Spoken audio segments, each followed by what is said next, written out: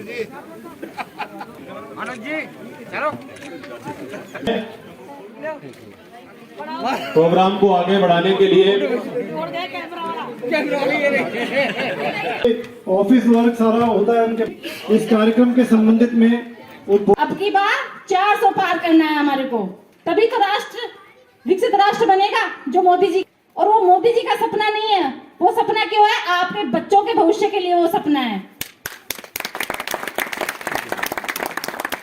हमें भारतीय जनता पार्टी की सरकार बनाई और हम केंद्र में दोबारा से भारतीय जनता पार्टी की सरकार बनाएंगे और मोदी जी को मजबूत करेंगे। हाँ, वो ये सब एक बार मैंने कह दिया था कि ट्रिपल इंजन सरकार होनी चाहिए। पार्टी के लाल नरेंद्र मोदी जी को हमको जिताना है और फिर से उनको सशक्त बनाना है, ताकि आपके आने वाली जनरेशन, आपकी आने वाली बेटियां, आपकी पीढ़ियां सशक्त होकर के इस देश का नेतृत्व कर सके। इसी कड़ी में आगे में आप सभी के प्रिय, लोकप्रिय और आप जो चाहते हैं कि ऐसा बेटा, ऐसा भाई आपको मिले, ऐसे हमारे कर्नल राज्यवर्धन सिंह जी राठौड़ का अभिनंदन स्वागत करते हुए उनको मैं जिंदाबाद जिंदाबाद जिंदाबाद जिंदाबाद जिंदाबाद भारत माता की जय। इस कार्यक्रम में यहाँ मंच पे मेरे साथ अर्चना शर्मा जी, सत्येंद्र सतनाली जी, एन.के. अग्रवाल जी से बात करने का मुझे यहाँ अवसर मिला। आज हम कुछ शिलान्यास है और कुछ लोकार्पण है। आपकी सड़क जाने से पहले मैंने लगातार बात करनी शुरू कर दी थी केंद्र सरकार से। अगर आपको ध्यान हो तो उस समय केंद्र के सड़क और परिवहन मंत्री गडकरी जी हमारे लोकसभा, हमारे इस विधानसभा क्षेत्र में आए थे। तो उस समय चुनाव का नतीजा नहीं आया था, लेकिन उनके साथ बैठकर हमने पहले ही चर्चा शुरू कर दी थी कि जो बाईपास है और बाईपास के ऊपर जो सर्विस लेन है, और केवल यही नहीं, ये अंडरपासेस जो बने हुए हैं, इन सबका सुधार होना बहुत जरूरी है। कि जो जिम्मेदारी वाला इलाका है उसमें पूरी तरह से काम करिए, और उस काम के अंदर जो मेरी मदद चाहिएगी, मेरी मदद पूरी 100% मिलेगी। और उस मदद के अंदर केवल राज्य सरकार से मदद ही नहीं, ये अधिकारी यहां पे बैठे हैं, मैंने इनके सामने कहा कि आपको केंद्र सरकार से भी, वहां पे मैं 10 साल रहा हूं, साथी हैं, डबल इंजन की सरकार है, मैं वहां के अधिकारियों को भी जानता हूं, और वैसे भी दोनों सरकारें भारतीय जनता पार्टी की हैं। तो केंद्र से भी जो मदद चाहिए फंड के तौर पर, वो सारा फंड मैं लाकर दूंगा, लेकिन अधिकारियों को पूरी तरह से काम करना है। अब इनके लिए भी एक संकल्प है, एक चुनौती है। ये अधिकारी हैं, इनको हर रोज, हर महीने कुछ ना कुछ बनाकर तैयार करके देना है, जिसको जनता को समर्पित। अभी कुछ ही दिनों के अंदर जयपुर डेवलपमेंट अथॉरिटी का भी करा हुआ जो काम है, उसका उद्घाटन करेंगे, उसका शिलान्यास करेंगे। आप देख रहे हैं अभी सर्विस लेन वापस से बननी शुरू हो गई है। अभी कुछ ही महीने हुए हैं सरकार को। आप यहां से जब अगले 5 साल के अंदर आप देखिएगा, ये दरवाजे जो बन गए जयपुर में प्रवेश करने के लिए, जैसे पुराने जमाने में होता था ना, द्वार से होकर जयपुर के अंदर जाना पड़ता था, ये दरवाजे बन गए, और ये छोटे छोटे दरवाजे बन गए। इतनी बड़ी आबादी जो बाईपास के बाहर रहती है, वो जब जयपुर जाएगी या वापस आएगी तो इन द्वार से होकर सीमित हो जाएगी, ट्रैफिक जैम होने लग जाएगा।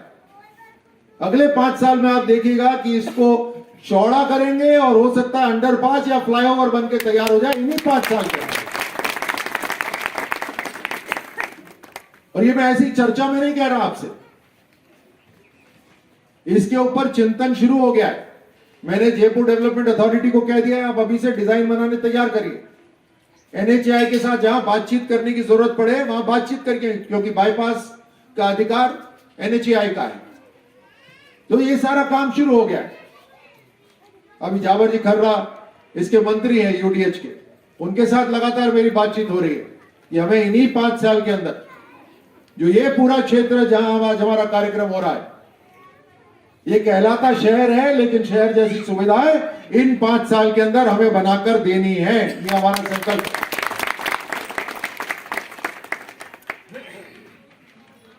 अभी पीने के पानी की बात हो रही थी, उससे पहले अगर देखा हो, हमने 3-4 बड़े काम करे। एक तो 9 टंकियां, जो बड़े वाली जो जलाशय होती है, 9 टंकियां पूरी बनकर तैयार हो गई हैं और उनसे पीने का पानी का सप्लाई शुरू हो गया है। इसी साल 18 टंकियां बनकर तैयार होंगी और अगस्त 2025 तक ये पूरी 18 टंकियां तैयार हो जाएंगी और तकरीबन 3 लाख लोगों तक पीने का पानी इन टंकियों द्वारा पहुंचेगा। ये सारे काम रुके हुए थे पहले, कभी किसी ठेकेदार को पैसे नहीं दिए, कभी प्राथमिकता नहीं हुई, ऐसे ही लटका के रखा। ये सारा पहले रुका हुआ था, उसको तुरंत शुरू करवाया। आपने एक वीडियो भी देखा होगा जहां हमने 350 किलोमीटर की पाइपलाइन का काम शुरू करवाया। वो पाइपलाइन भी राजस्थान के अंदर पीने का पानी लाने की, वो तो आप देख ही रहे हैं टीवी के ऊपर। उसके ऊपर डबल इंजन हो या ट्रिपल इंजन हो, सरकार, जहां मध्य प्रदेश की सरकार भी अपनी है, राजस्थान की सरकार अपनी है, तो चंबल का जो पानी है वो मध्य प्रदेश की सरकार ने राजस्थान के साथ शेयर करने के लिए अनुमति दे दी। अब चंबल जब बारिश होगी तो ये सारा का सारा पानी जो वहां है, जो समुद्र में ऐसे ही बह जाता था, अब ये 13 नहीं 21 जिलों के अंदर आएगा राजस्थान के। 3 लाख हेक्टेयर भूमि की सिंचाई होगी, पीने के पानी की समस्या समाप्त होगी। तो आने वाले समय में पीने के पानी की कोई समस्या नहीं। जो बुनियादी जरूरत है वो सारी बुनियादी जरूरतें पूरी करें। अब उसके अंदर बुनियादी जरूरतों के अंदर सड़क है। आप देखिएगा अगले 5 साल लगातार आपकी सड़कों का निर्माण पूरे झोटवाड़ा के अंदर होता रहेगा, लगातार होता है, रुकेंगे नहीं। आप देखिएगा पीने के पानी का, जैसे मैंने बताया, टंकियां बननी शुरू हो गई हैं, लगातार बनती रहेंगी, पाइपलाइन बिछती रहेंगी, आपके घर तक पीने का पानी पहुंचता रहेगा। ये सारा हो जाएगा।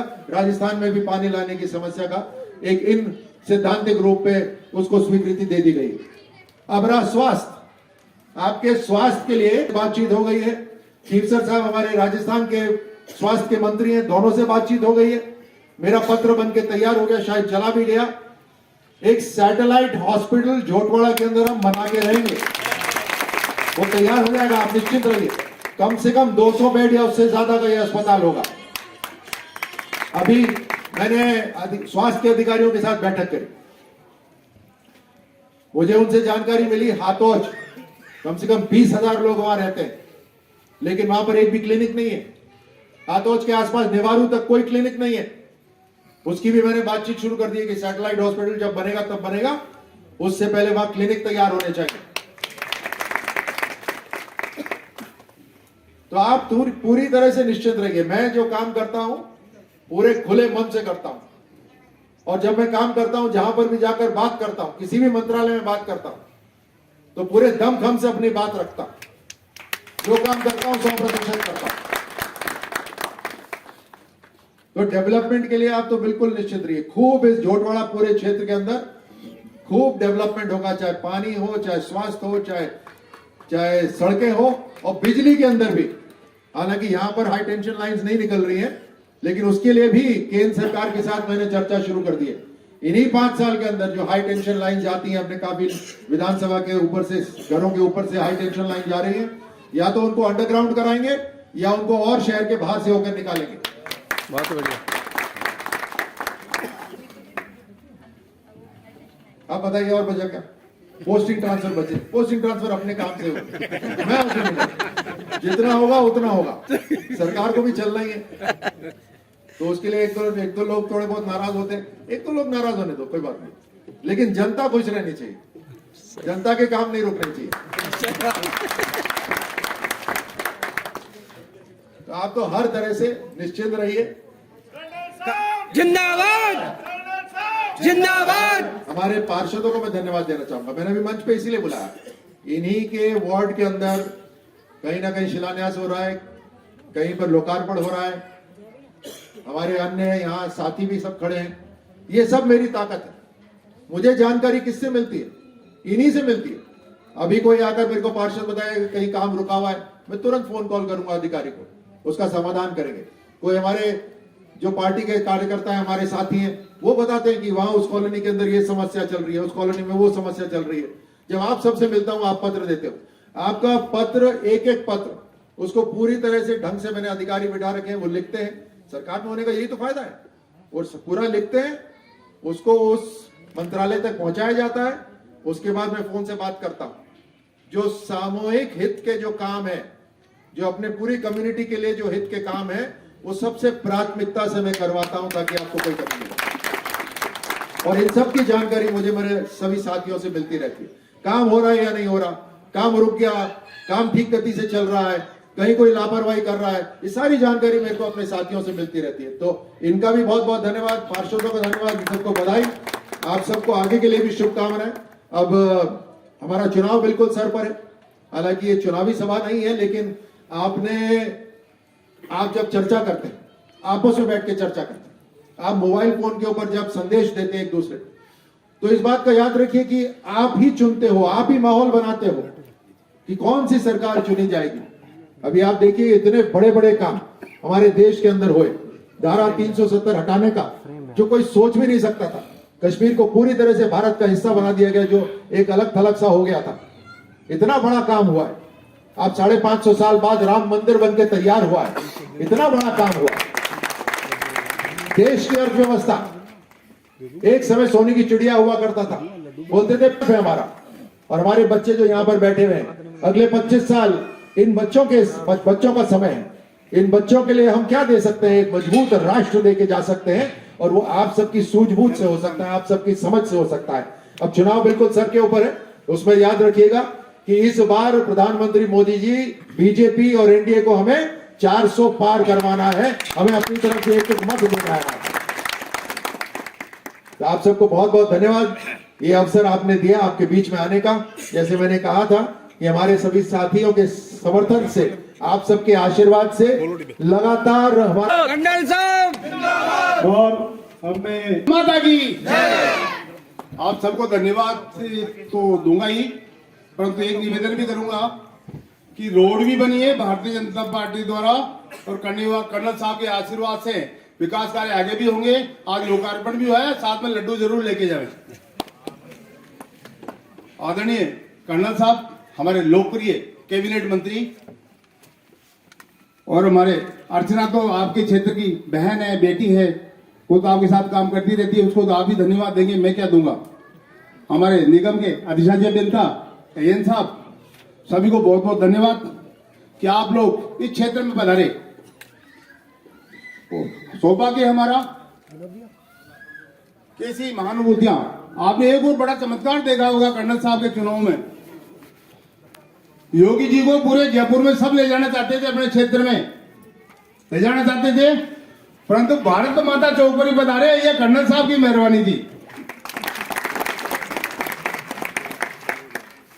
और सभी से निवेदन करता हूं कि अपने को सनातन धर्म के वाहक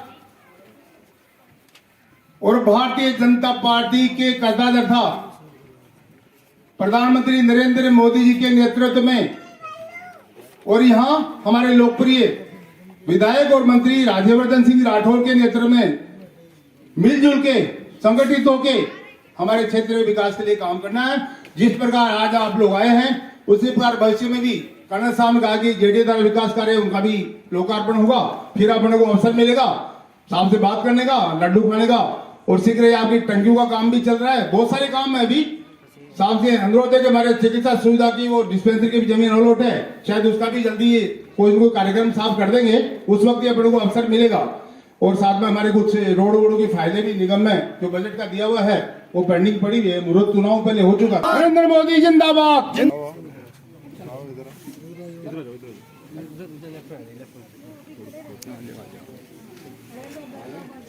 बोलो गणेश जी महाराज की भारत माता की जय, भारत माता की जय, जय श्री राम, जय श्री राम। कर्नल साहब